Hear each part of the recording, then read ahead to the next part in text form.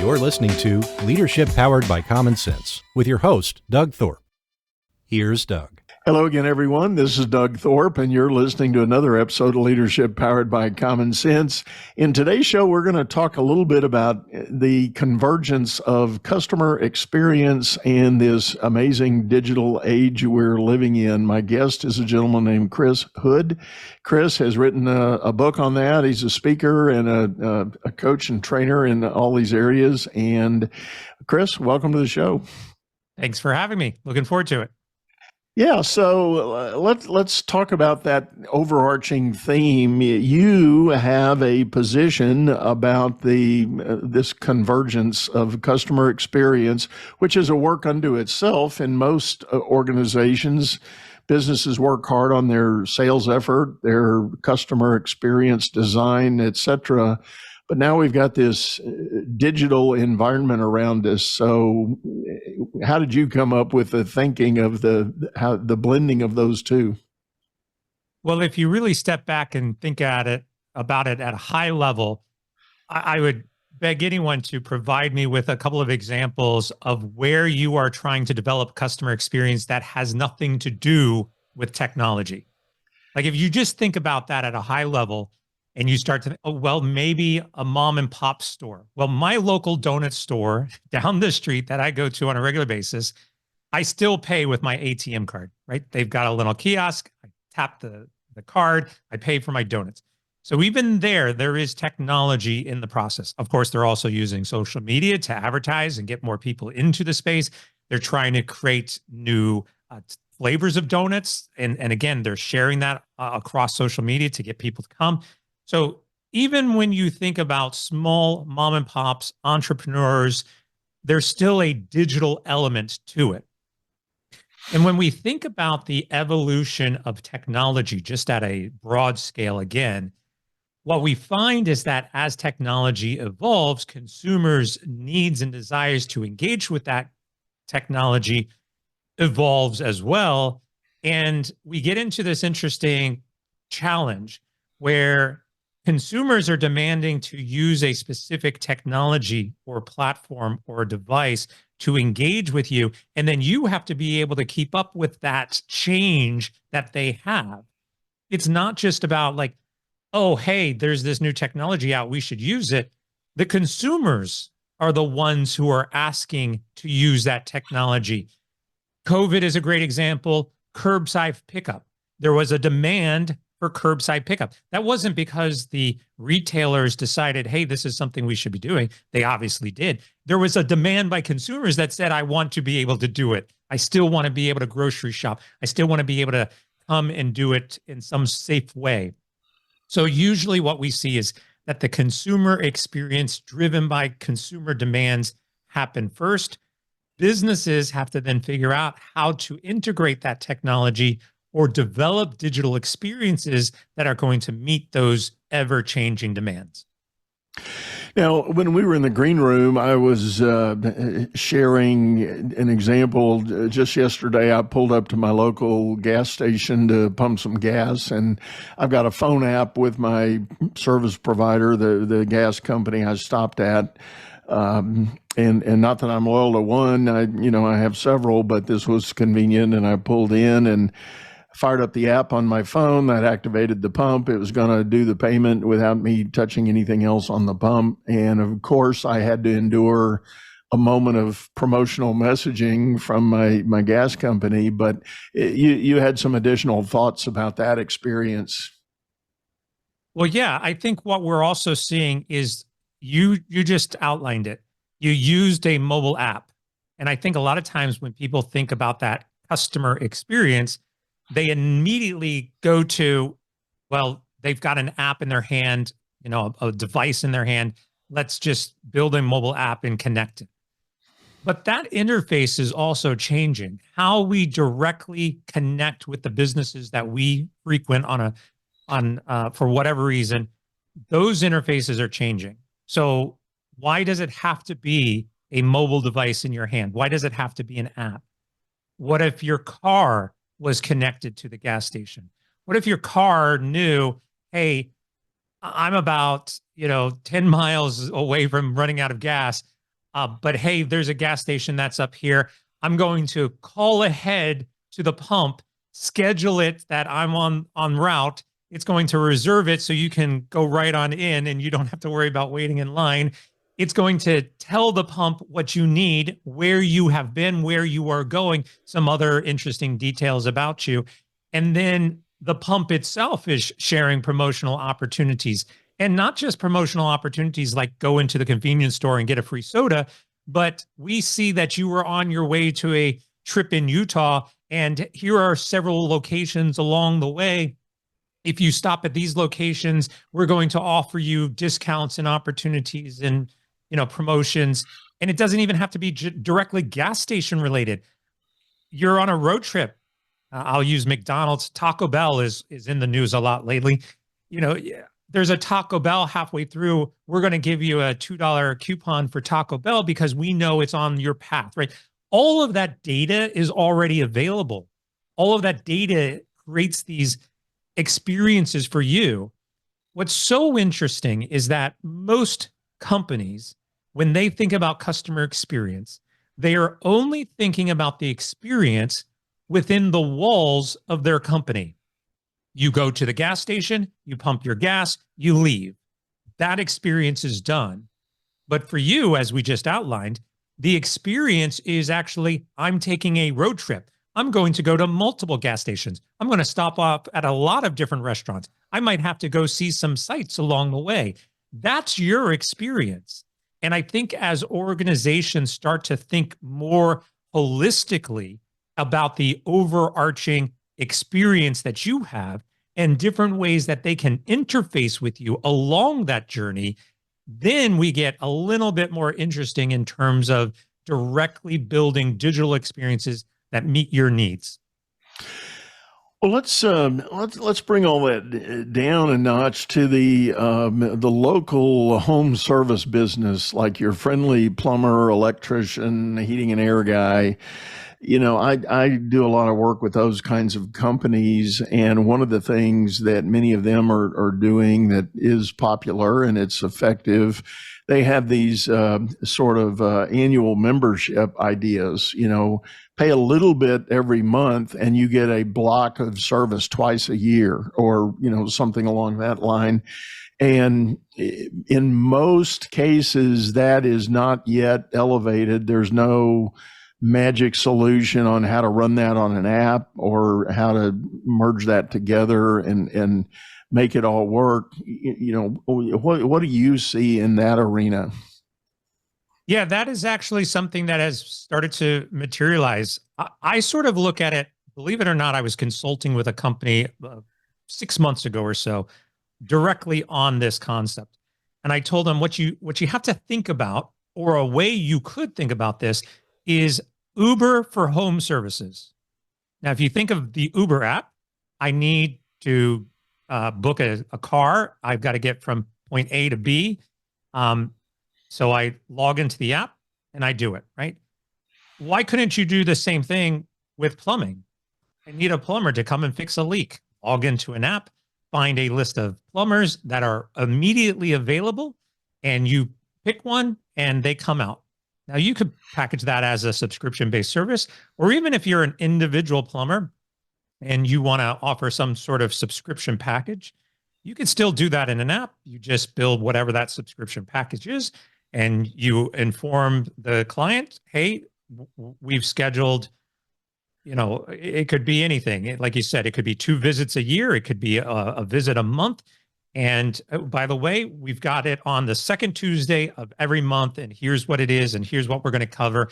And you can change that at any time, ask questions in advance, provide photos, upload those photos if there's a challenge. And if you don't need me for this particular month, just decline, and that's fine. We'll tack it on to another time.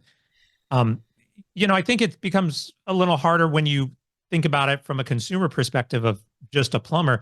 But if you had like plumbing, electrical, air, a couple of different services, if you have a pool in your backyard, like we'll tap all those on and we'll just come and we'll do whatever type of service you need on the second Tuesday each month. And you just tell us, like, what do you need this month? You need us to check your air filters. We'll come and we'll do that, right? So those things become a convenience in the app. It creates a way that you can schedule it. It creates a way that you can pay for it. If look, the last time I had an electrician here, they were like, I take cash, I'll take a check or Venmo. But if I could do it like in an app and feel a little bit more secure about it, great. We could do that. I also do think that artificial intelligence is going to create a pivotal opportunity for those types of businesses. We talked about air filters. Well, if I haven't been to your house and I don't know what kind of air filter you have, I could, in theory, take a picture of that. I can send it to you. But we're at a stage now where the homeowner could take a picture of the air filter. The application could call ahead and place that order to Home Depot, have that air filter available for curbside pickup. The service person would come to Home Depot, pick it up, and drive right to your house and install it. Like all of that middle stuff of them coming to the house, seeing what it is, then going to Home Depot, buying it, then coming back, charging you for it. Like all of that can go away today. So I think if you think about the optimization piece of it, that's just making that experience better for everyone involved. And you can just manage it more efficiently inside the app. There are so many ways, and you touched on the advent of AI, and we've talked about it here on the show. I've had a couple of AI gurus come in and explain some things to us, but for the entrepreneur trying to plan for, steer, and create some strategic thinking about their business, what other things should they be thinking about relative to anything to do with AI and the customer experience? Don't do it. Okay. I like that. Okay. Tell me more. Yeah. There's kind of this interesting challenge between what we say customer experience and artificial intelligence, right? Because customer experience alludes that there is a human connection involved, and artificial includes that there's no human connection involved, right? Mutually exclusive. I'm sorry? Mutually exclusive dynamic there. Yeah. So look, AI can help in certain areas, but I've boiled it down to a simple question. Have your customers asked to use AI in some form or another? If the answer is no, if you do not have direct request from your consumers, just like we go back to curbside pickup. I'm asking for curbside pickup, build curbside pickup. If you have customers who are asking for AI in your products, then figure out what that is and go build it. If they're not, don't waste your time and money. Just don't do it. You have to have that customer value proposition a part of the equation. Now, you could say, I want to figure out a way to make this customer experience more efficient, or I want to reduce the amount of time I'm spending with my customer, or I want to, fill in the blank. There's your value proposition. Now you could argue, well, how can AI help me do this? How can we achieve optimal performance? I'm not suggesting that you remove that human connection. That's the last thing you should be doing. But when we talk about automation and we talk about convenience, that's where it comes in. So back to the air filter example, if I can get my air filter replaced in under an hour, that's a lot better than if I have to wait for somebody to show up in 3 days and then they have to charge me for the air filter and then I'm paying by cash for this and all of that kind of confusion and chaos we deal with. If you can remove that because of AI, great. But it still goes back to the customer is asking for this to be easier, more efficient, and safer. Well, thank you for that refreshing answer. I think it's safe to say many of the folks that have jumped on the AI bandwagon have come blazing down the road saying, you got to have it, you got to do it, you got to think about it, you're missing the boat, blah, blah, blah. But I really like the way you frame that. It's all about the ultimate value proposition. If there's no distinct direct value created for implementing it, using it, executing with it, why bother? Experts who are saying you've got to go with AI, one, are not experts, and two, are trying to sell you something. Here's another way to look at it. AI has been around for 50 plus years. You have all been using AI for as long as you can remember, and you probably don't even realize it yet. So the consumers have seen the benefits of AI over the last 10, 15 years, without a doubt. Anytime that you've used the Starbucks app to go order your coffee, you've used AI. You don't realize it. They're not plastering something. Recommendations powered by AI. If you use Netflix, you're using AI. They're actively promoting AI as part of your Netflix experience. AI has been around. All we are seeing today is what we call generative AI, your chat GPTs. And if people are saying that chat GPT is going to help you with your customer experience, they are wrong. They are not understanding exactly what AI is. All chat GPT is, if we were to overly simplify it, is a glorified search engine.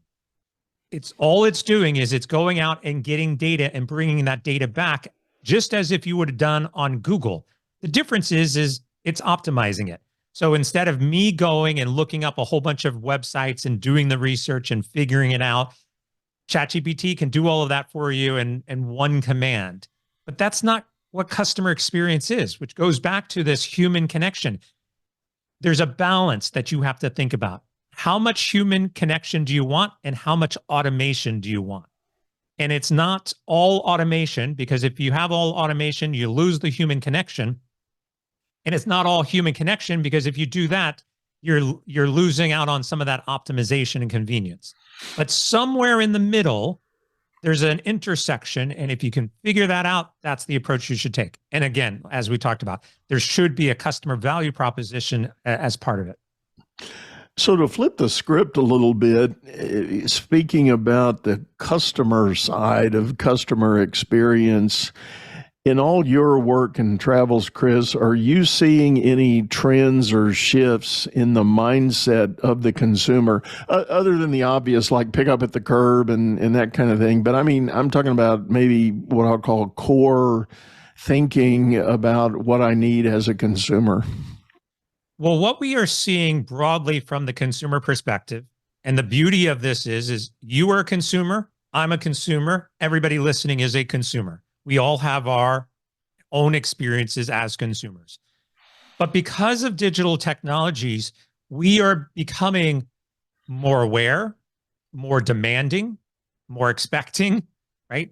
These subtle shifts in our access through technology are creating this unique challenge for companies. For example, if you go to Amazon, you could order something and you potentially could get it the same day. I could order something and it can arrive today. If nothing else, next day, tomorrow. As a result, there is a demand. There is an expectation that if I order from anybody else in the entire world, I expect that that product should show up tomorrow. So if I go and I order something from a local retailer and they say, look, it's going to get there in 3 or 4 days, we go crazy. We're like, what? What do you mean 3 or 4 days? Right. Forget it. I'm going to go and find it on Amazon. So there's this expectation that we are now in because of technology. Same thing with social media. We believe that we should be able to get instant results or instant feedback from the company if I complain loud enough. And I can go onto social media and complain about my bad experience, and they're just going to do something because they don't want all of that bad publicity on social media. And part of that is true. Social media has opened a can of worms, per se, for support and challenges around poor experiences. We very rarely see positive experiences on social media. It's always a negative experience, and definitely reviews. So this demand and these expectations are all being driven by how businesses adopt to these technologies. We know that the technology can do something. We go to a company and we try to use that technology. When it doesn't happen, we have an issue with it. Really, there's no difference between like an ATM and cash. if you were to go to a grocery store today and put up a bunch of groceries on the conveyor belt and then they say, oh, sorry, we don't take debit cards, we only take cash. Most people today would probably leave the groceries right there, leave, and then go to another grocery store because we don't have cash on us. So I think a lot of people have to really wrap our heads around what these expectations are and then be able to ensure that we are delivering according to what they are. Yeah. And it is interesting, and I'm going to go back to my scenario of the home service business. So many of the client companies I've worked with, what they are actually doing, the very successful ones, they have focused on what you might call a really old-fashioned customer experience. And starting with things like, okay, I'm a plumber. I've got an appointment to come to your house and fix a pipe. Well, I show up at the door. I got two options. I can either be trashed out from the last job I was on because I was down in the muck and mud and water doing things, or I can have a clean uniform on when I show up at your house. Doesn't matter what I've done all day long, but if I show up at your house, if I've got a reasonably clean uniform, then immediately you're going to feel different about letting me in your house, right? So that's a subtle starter. And a lot of these techs now, they put the little slip-on booties on their shoes and boots to protect carpets, rugs, and floors. Good courtesy, common courtesy, not a big thing to do.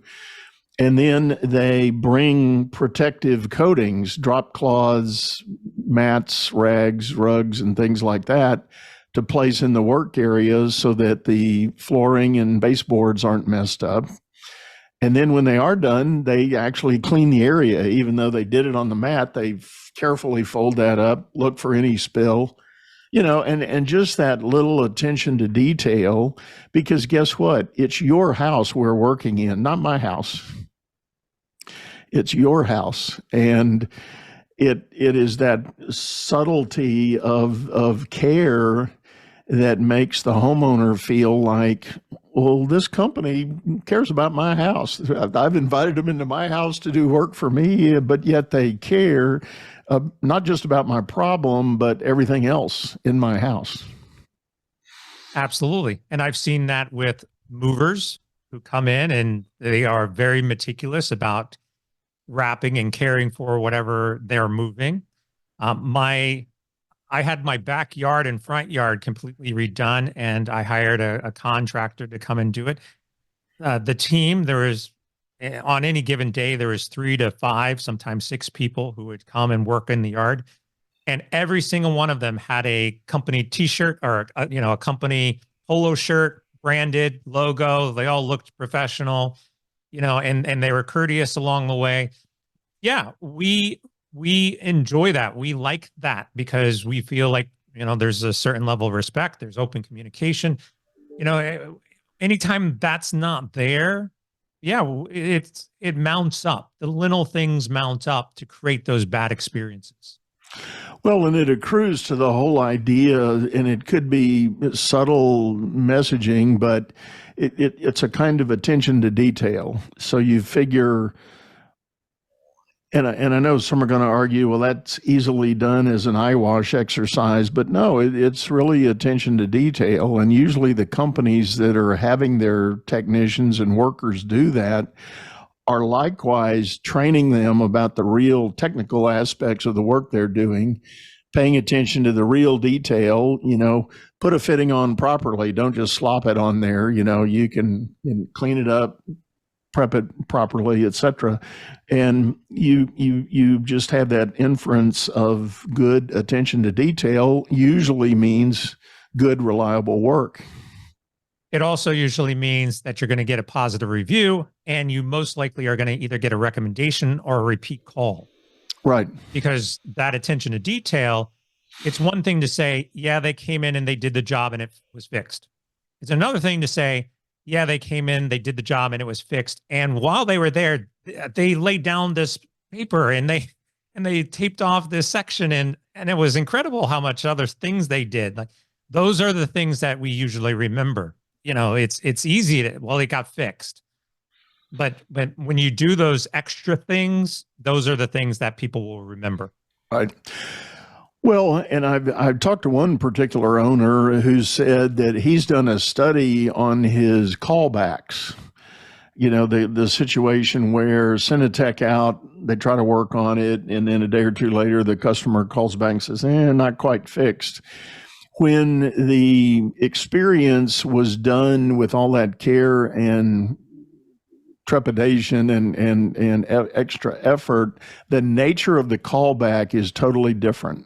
His study concluded. The nature of the callback was, gee, George came out and he worked really hard. I know he tried, but yeah, I'm sorry, this thing is still leaking. I still need some help with it. Can you come look at it again? Versus if George had been sloppy and haphazard, made a mess, they would have said, send me somebody else. It's not working. I don't want George back. You owe me money, et cetera, et cetera. Totally different tone in the callback. There's you mentioned, getting cleaned up and before coming in. There's actually a plumbing service that is out here in California, in Southern California, called Mike Diamond. And their tagline is the smell good plumber. And they have a whole series of commercials that they run where the client, the homeowner, actually goes up and sniffs the plumber, right? And it's like, oh, you smell great. But their entire marketing and differentiation is on what you're talking about. It's that when we come to the door, we're going to not only do the work, but we're going to smell good doing it. And I think it's a fabulous way to kind of think about this, because as we've been talking about, the entire experience is not just the moment they walk in the door, and fix something. There's the call ahead of time. There's the scheduling. There's the service, the delivery, the follow-up, the reviews, all of those things you should come in, to think about. And the more you can, attention to detail, do that, then I think the better the overall experience is going to be. So, Chris, let's shift gears just a minute. Let's think about the business owner or the company that has entered into an area where they're, by ratings, reviews, reputation, whatever, it's not what the owner really wants. How does an owner begin the process of turning the tide, going a new direction for creating a better experience? Yeah, it's a good question. So the starting point is you're going to have to start listening to your customers, which means you're going to have to start talking to them and asking them questions. So follow-up questions. What did you like? What didn't you like? What did we do well? What could we have improved upon? How were our prices? How were our delivery times? How were the maintenance people that came in? All of these types of questions will start to give you an understanding of the experience and what people are thinking of you. And you can start slow. So if somebody says, the booking and scheduling was easy and convenient, but it took forever for somebody to show up. You promised me a specific time. You didn't actually get there for whatever reason. That's a good place to start. Start figuring out, like, what is my scheduling? Can I build in buffers so that if somebody runs over in the previous job, I'm not late to the next job? How can I be more accurate in terms of this not only the scheduling, but communicating to the client, what's the expectations around that schedule? Like, all of those things you can start to improve upon, and then move to the next thing. If they say, your prices are just too much, and maybe it's not even your prices. Maybe it's something like, this is the one thing that I hate the most in terms of home maintenance is, well, it depends. Well, I'm going to have to get out there and I'm going to have to look at it and figure it out. Right. I think we're at the age where, especially if you have professionals, you will be able to say, well, if it's a clogged drain, I know roughly what that is, and I know roughly what it's going to cost. There's not going to be any hidden costs. There's not going to be any extra things.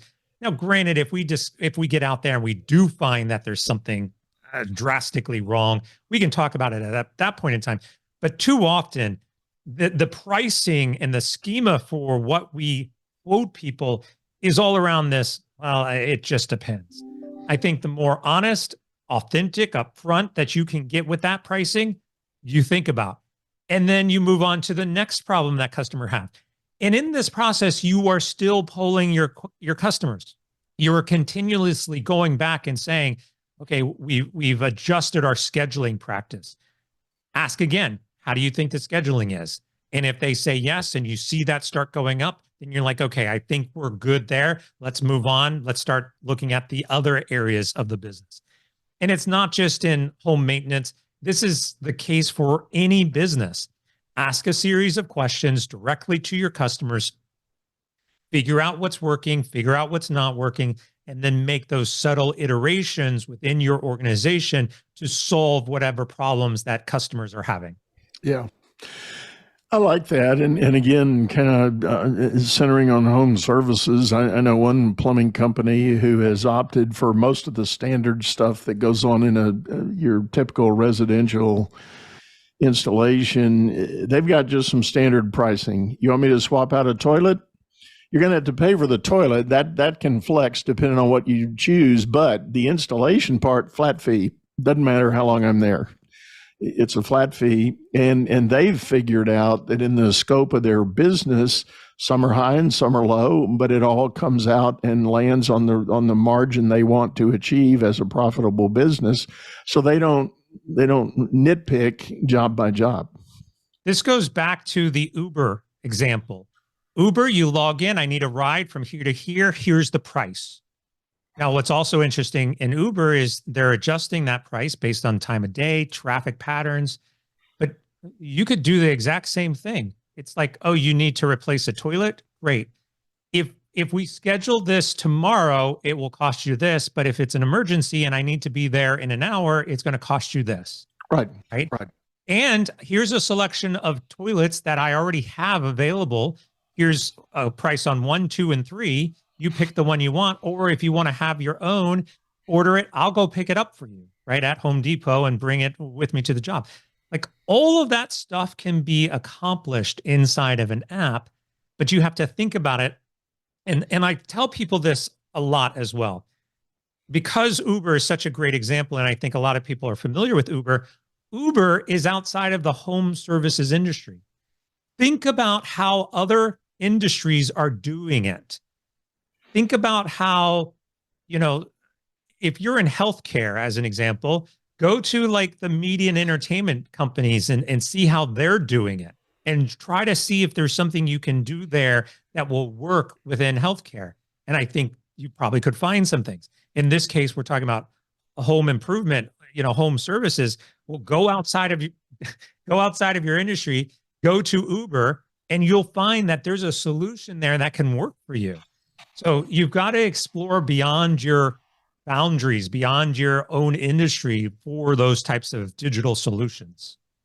Classic, think outside the box. Yeah.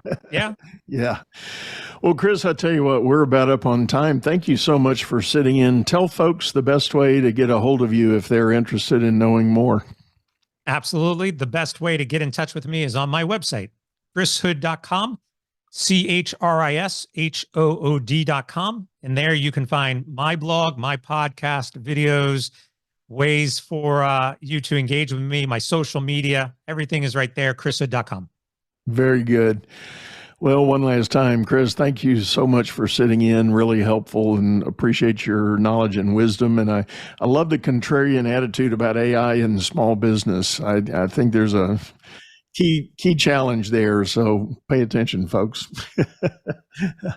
So with that, guys, we're going to sign off, say goodbye. I do want to remind you, we've got a video version of this over on YouTube, channel by the same name. Hop over there, Leadership Powered by Common Sense.